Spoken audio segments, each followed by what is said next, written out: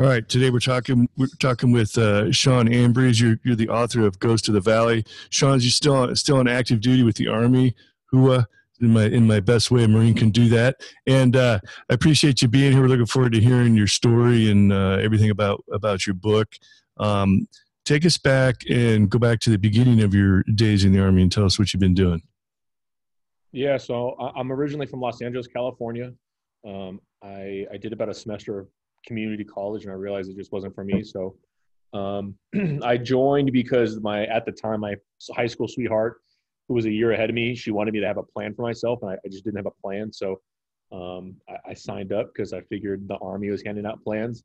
So I signed up with the Army, and then I surprised her. I was going to take her with me, and then she broke up with me as soon as I was shipping out. So I was kind of stuck. So, but it was probably the best times I've heard that story. Yeah, I know, right? So it's probably the best immature decision I ever made. But I do love what you said. The Army was handing out plans. That's an awesome way of looking at it. Oh yeah. Well, she asked me, she's like, "What's your 5-year plan?" I was like, "I don't know." The Army gave me a 5-year contract, so there's my 5-year plan right there. So. Wow. A woman that knows what she's looking for. Holy cow, that was like right out of high school. Yeah. She was a year ahead of me, so she was like 19. So yeah. Okay, yeah, awesome. All right, so tell us a little bit about what you've done in the Army. So I've served at Fort Carson for about almost 6 years, Hawaii for 3, Joint Base Lewis McChord, Washington for just under 2, and then I've been here at Fort Leonard Wood, Missouri for just over a year now. Where I'm currently serving as the military police senior leader course instructor. So I'm teaching all the staff sergeants, getting ready to be platoon sergeants. So those are the duty stations I've been at. And then as far as deployments, I served in Afghanistan from 2009, 2010, where as soon as I got into country, I've always been an MP, but as soon as I got into country, they made me a medic. And then my second deployment was 2011, 2012, and they did the same thing. I was made into a medic as well as a designated squad marksman. Wow. Did you just go through a medic crash course or what? Yeah, prior to leaving for my first deployment, all the major installations, Bragg, Carson, Hood, all that stuff like that were rapidly deploying, they had an EMT course, and so they actually got us nationally certified as EMTBs. And that was good enough to be medical. I could still induce morphine and certain fluids, and I could carry around certain equipment that, as far as like cutting people's throat open, getting king tubes in there and stuff like that, that's CLS personnel couldn't do. Wow. It's crazy stuff. It's amazing to think how quickly we can take somebody to doing those types of things on the battlefield. So good on you. And it's amazing some things our military is able to do. And if you spoke this to your civilian counterparts, they'd be like, "Are you crazy? You were doing that with that little amount of training?" Yeah. So, tell us a little bit about where the idea from your book came, where the idea for your book came from, Goes to the Valley. So I've always kind of been told by mentors and seniors of mine that I should write a book, that I had a abnormal story, especially for an MP. The battles that I fought in particular, they were very interested in them, and they thought that maybe I could be a good storyteller, but I just kind of took it as a compliment, but I didn't really feel like being vulnerable and having all my information, feelings, and everything else out there for everyone to just kind of mimic and judge. So for years, I just kind of put it off to the side. And when I got here to Fort Leonard Wood last year, I realized very quickly that PTSD evolves to the situation you're currently in. And I don't have soldiers for the first time, and I'm all by myself as an instructor. So no field cycles, no late night phone calls. It led to a lot of time to myself, and a lot of time to myself led to a lot of thinking, and thinking led to doors I haven't been through in a long time. And so I figure, well, maybe if I put my pain on paper and I write a book, it'll help me with coping. And I didn't go out to write a book. It literally just was to put my pen on paper, just write my thoughts out, talk about these events. And somebody picked it up and read it, and they said, "Dude, you should write a book."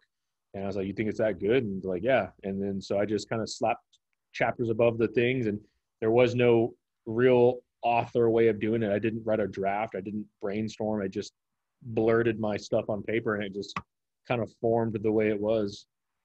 Wow. Throughout the time when you started writing did you run into writer's block, or was it ever a what am I going to write about next? Or was basically just like a stream of consciousness flowing out of you?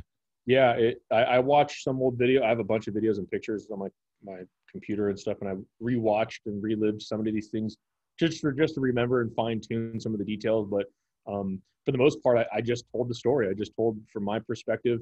The book is it's a fairly short read. It's 10 chapters total, but only 9 of them are actual readable chapters. It kind of surrounds itself around 2 major battles. One my first deployment, one my second. It kind of has a build into it, and then in between the deployments and afterwards, talking the aftermath of dealing with all these things. And then the last chapter, chapter 10, it's nothing but resources, phone numbers, websites for veterans. So if they pick up my book, they have information to help them. But yeah, so it was just kind of a weird process and how it kind of came to be. Mm-hmm. So still being active duty, what you were talking about when you found yourself had fallen into this instructor role there at Fort Lost in the Woods, which you're right down the road from me. I'm in Kansas City. So all of a sudden you had a lot of time to think. Oftentimes, a lot of military folks, this doesn't really happen until after they've gotten out. So what can you tell us about as things started to unravel and you started to peel that onion back? You mentioned PTSD. You really started writing more as a therapeutic way just to get everything down on paper. What kind of things did you discover? And you might even cover some of this in your book about basically unpacking all of that. Two major battles in Afghanistan and everything else. I guess there wasn't anything like new. I didn't learn something new that I didn't already know before, but I definitely revisited some things and some thoughts that I haven't thought about in some time. I specifically, like the battles, I never actually went back and thought about like, what did I think about in that moment? Like, what was I thinking exactly and in detail? And so what I had to do is I had to relive these battles. And essentially when I wrote the book, as I'm explaining what's going on around me in the battle, there's italicized stuff writing, and it's actually my internal thoughts in that moment as the event is unfolding. And so people will actually know what I was thinking in that moment. And so that's actually implemented in the book as well. But yeah, I don't know if I discovered anything new, but it definitely was therapeutic to get it off my chest and tell the story from a team perspective. Mm-hmm. Was it a surprise to you when you started writing how much information came out of you, like how much writing you're able to actually do?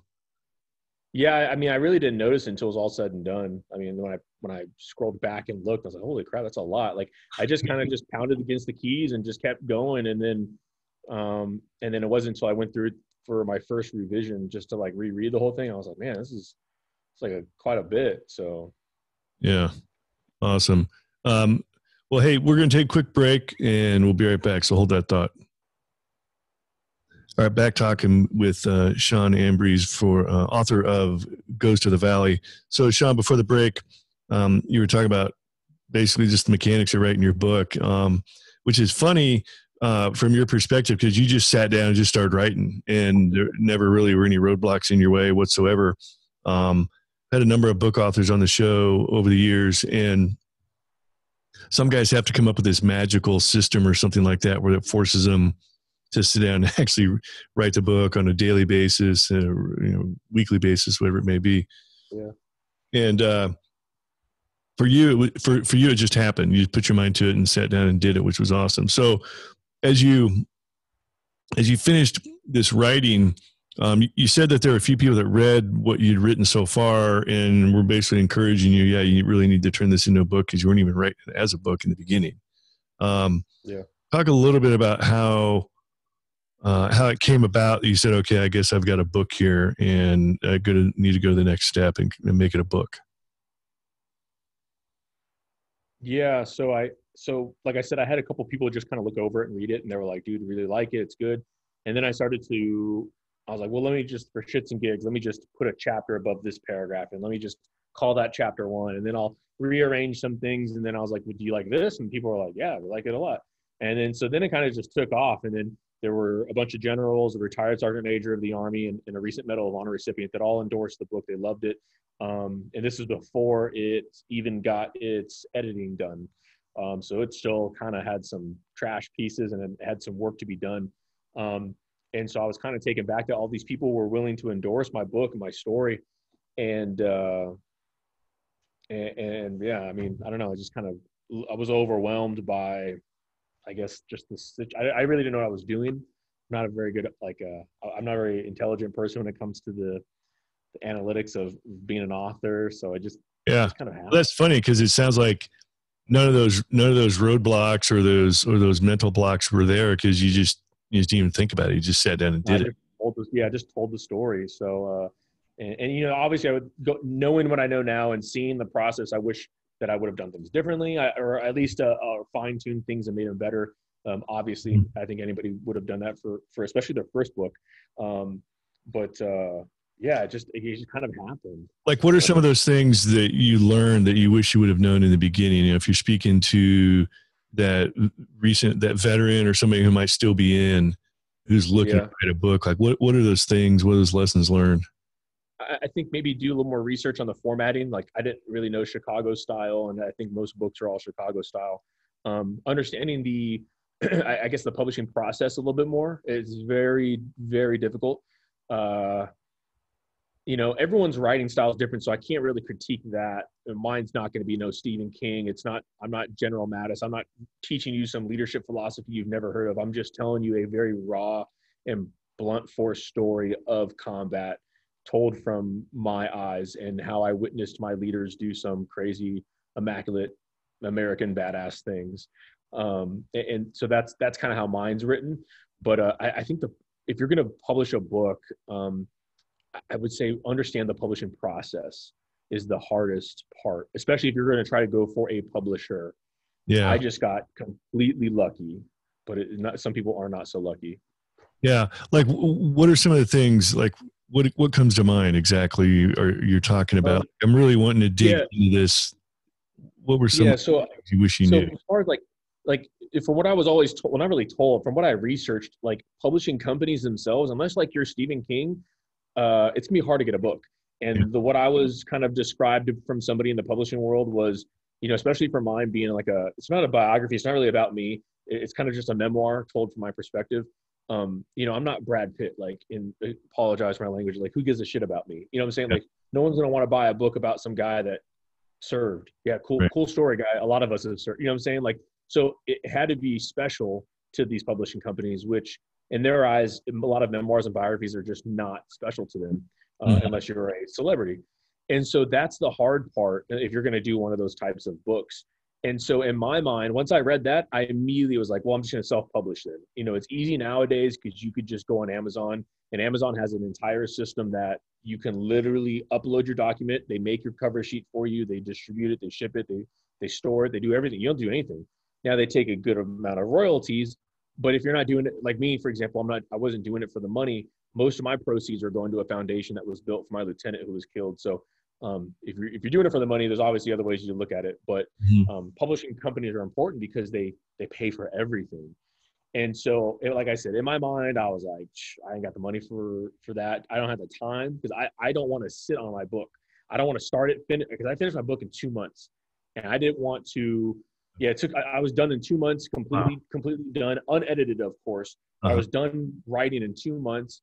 And I was like, I don't want to sit on this thing for 3 years and be like, oh, remember that one time I wrote something but didn't get anywhere? Like, I didn't want that. So what I did was I contacted a couple editing companies, and I got lucky. I contacted the military editor company, and she edits a lot of military books.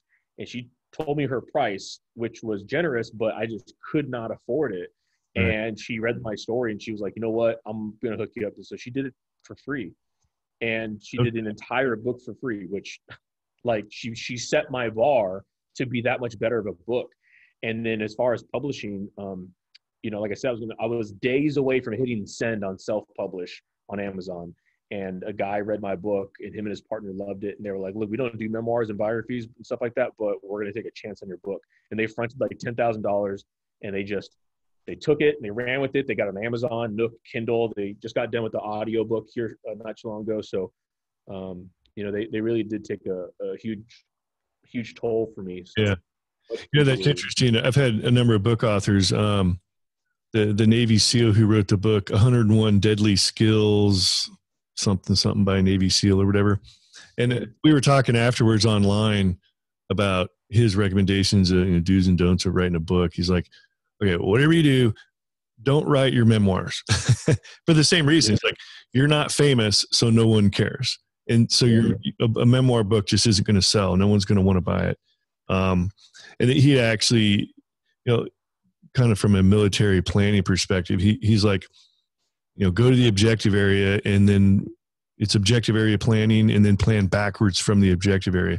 So he said, find a publisher that works for you, and then ask them what kind of books they're actually looking for, and then tailor your stuff to satisfy one of those niches that they happen to be looking for. So that was his recommendation about the whole memoir thing. And every military guy wants to just write their story. And like you said, well, I don't really care. I'm writing a memoir. I'm just putting this down on paper. So, it worked for you.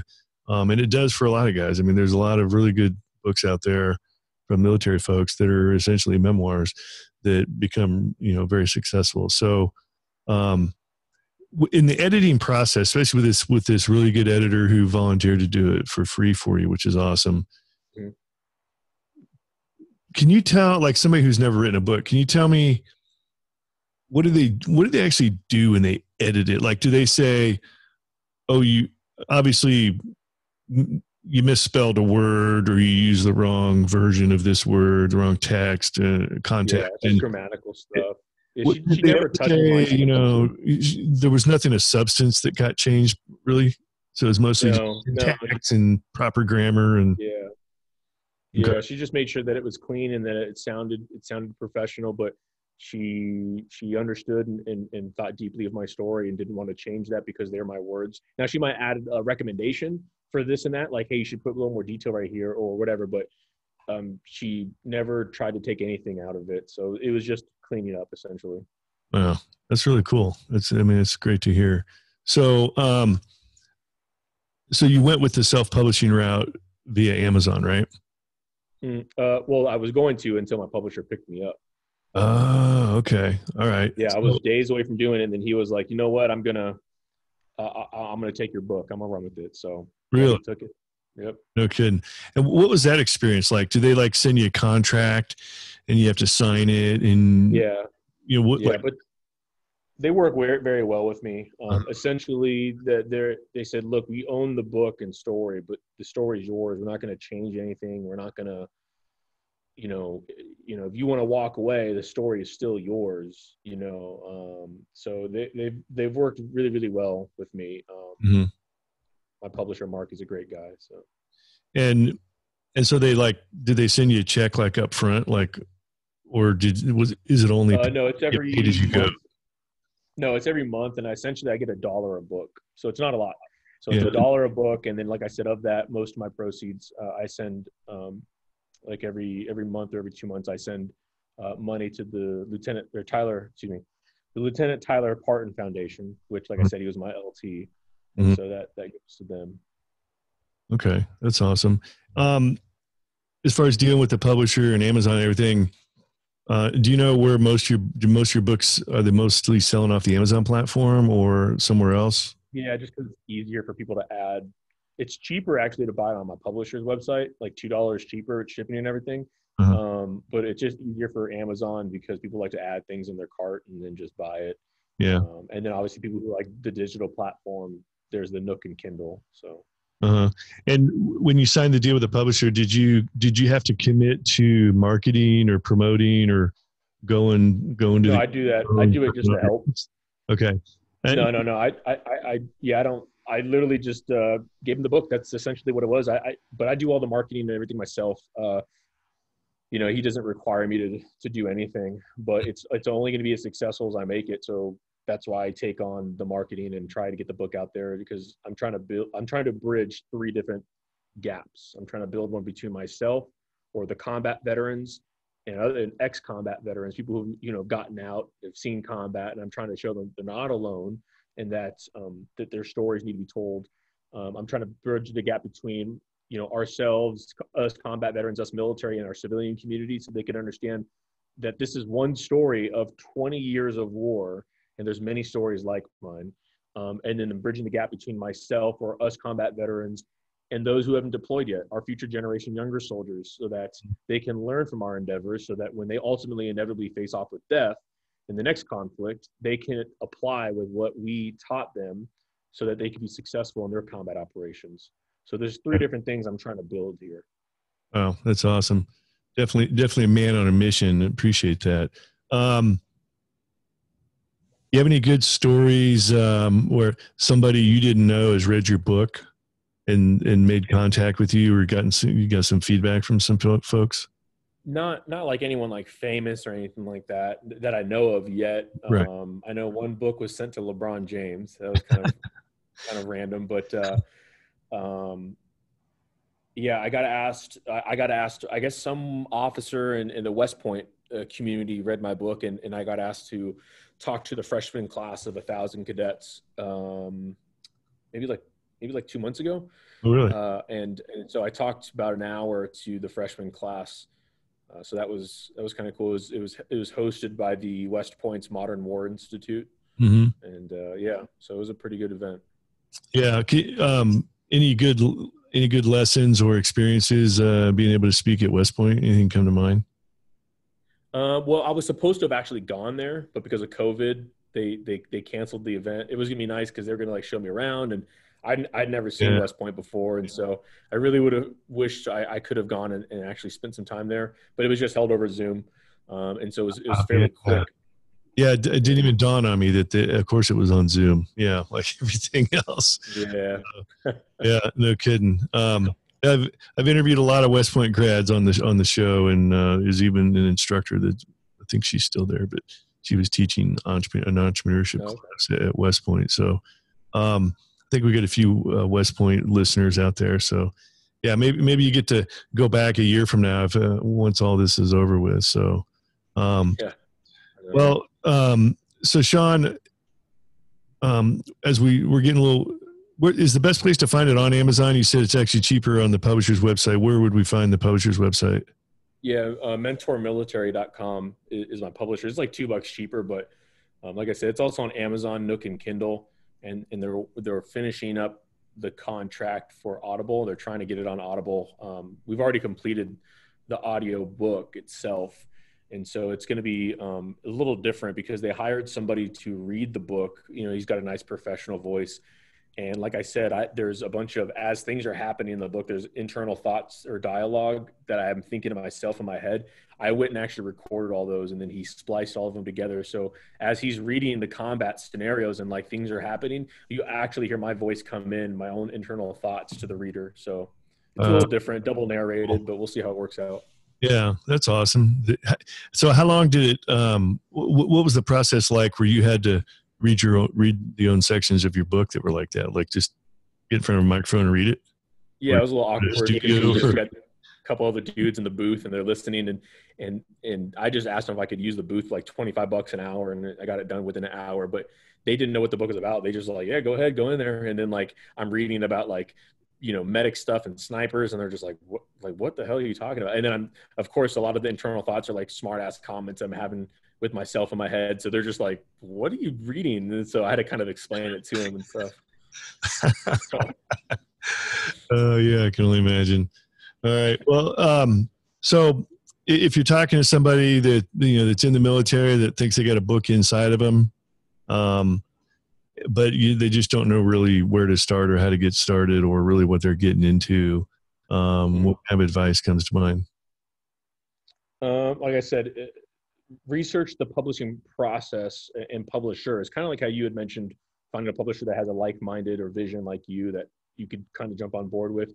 If you don't want to go that route, because honestly, a lot of times you have to submit like a chapter to a publishing company, and then you might not ever hear back from them. And so if you don't feel like the waiting game, like me, I'm an impatient bastard. I was not going to wait for anybody. So I was like, I'm just going to self-publish. And if that's the route you want to do, that's fine. I think I want to encourage, like, especially the military community. Like, I'm not an officer. I'm just a ground pounding enlisted member. I was held back in fourth grade. I'm not a smart individual, but now I have 2 degrees. And when I leave service, I could say I'm an author. And I'd like other soldiers, it doesn't have to be an author. You don't have to write a book. I'm just saying, find another title, certify yourself, make yourself valuable to the community so that when you do transition out, you can say you're more than just a specialist in the Army, or you're more than just a soldier.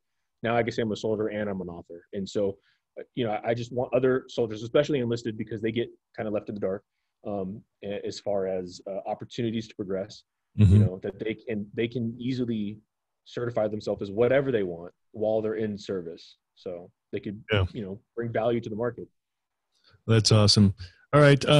So what's the name of your publisher again? Military, is it Military? Mentor Military. Yeah. Mentor Military. Is that? Military Mentor. Sorry. Yeah. I always get one or the other. I don't know if I've ever actually heard of them. So they're primarily a military publishing company then. Yeah. I don't know if they have it on the Marine bases, but Mentor Military, they do a lot of the books. Like, so for, I know my Army guys will know this, but if you go into like clothing and sales or like the PX, especially clothing and sales, they have like that bookshelf there. And there's like this big blue book and it says The Mentor, and they have like some other ones like awards and NCOERs, and they're almost like study guide books to help you, or like leadership type books. But he makes all those books, and so they're mostly leadership tailored towards current regulations and stuff like that. And that's why he doesn't normally do memoirs and stuff. So this is like his first, or actually second memoir I think he's partook on. Okay, that's awesome. Yeah, so I have to check that out. Also find it on Amazon. So Sean Tobias Ambriz Goes to the Valley is the name of the book. Check it out. Obviously a great story. And when you were back in high school and had to write a paper for English class, was it much more painful doing that? Did you ever think of yourself as being a published author someday? Yeah, I never saw this coming. Never. Yeah. So that's awesome. All right. Well, hey, Sean, I appreciate you being here and telling your story, and good luck on your future success, and hope you sell millions of them. All right. Thank you. I appreciate it. Okay. These 2 veterans are Oscar Mike.